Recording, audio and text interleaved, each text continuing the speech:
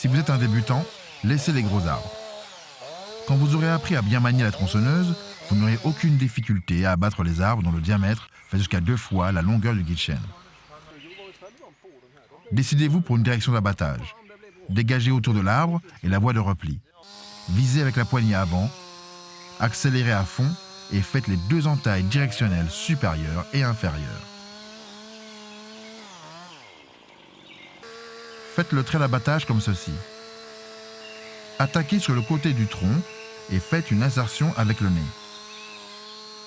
Laissez une charnière de 3 cm au moins.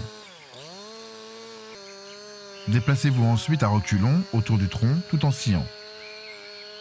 Lorsque vous avez scié plus de la moitié du tronc, arrêtez-vous, enfoncez le coin ou le levier d'abattage, puis terminez l'opération.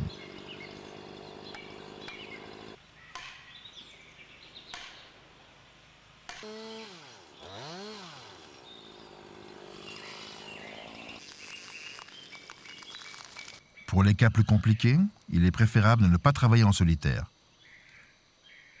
Si l'arbre est plus gros que vous le pensiez, ou si vous vous sentez peu sûr de vous, faites-vous aider par une personne expérimentée.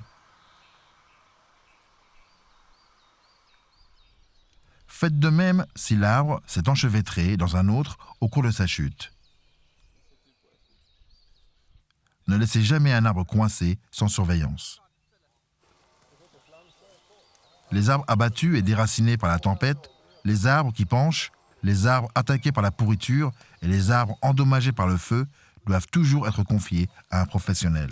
Il en va de même en cas de vent fort ou si des habitations, des routes, des lignes de haute tension ou d'autres obstacles se trouvent à proximité.